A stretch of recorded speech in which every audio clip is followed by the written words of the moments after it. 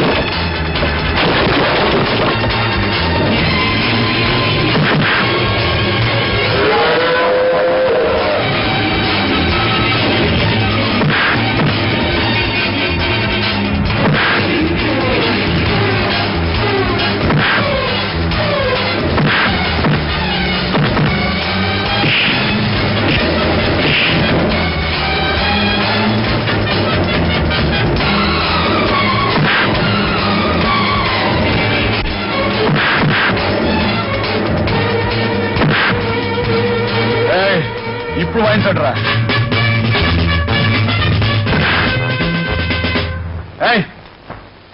చావు మేడం.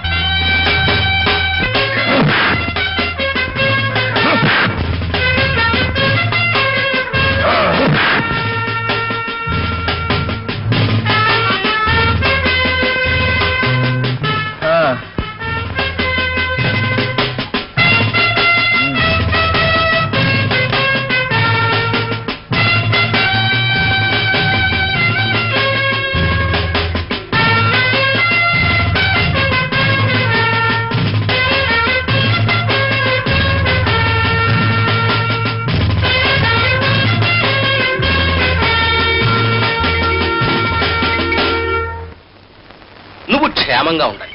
కాకపోతే ఓ విషయం, 15 ఏళ్ల క్రితం ఈ ఊళ్ళో ఇంగ్లీష్ డాక్టర్ ఉండేవాడు. ఉండి ఉండి అతను రోజున ఉండడం మానేశాడు. ఎందుకో తెలుసా? తెలుసు. ఎవరో అతన్ని పొడిచి చంపేశారు.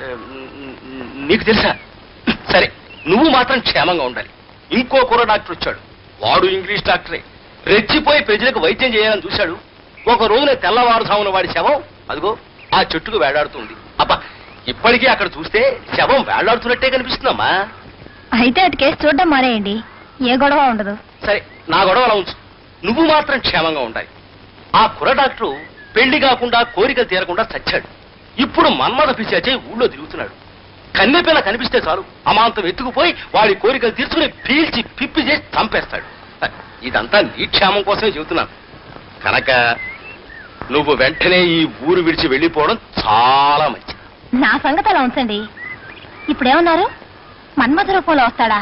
ఎలా వస్తాడండి? ఎలా వస్తాడా? ఆ. స్కూటర్ మీద వస్తాడు. ఆహా. ఏదో ఒక రోజున హఠాత్తుగా నీ మనసులో ఉన్న మొనగాడు రూపంలో వచ్చి నేను లాక్కుపోతాడు. ఆ తర్వాత అంతే సంగతులు. మరి నేను వస్తా. మొత్తానికి జాంపండును మూటగట్టి తీసుకొచ్చావన్నమాట మా కోసం.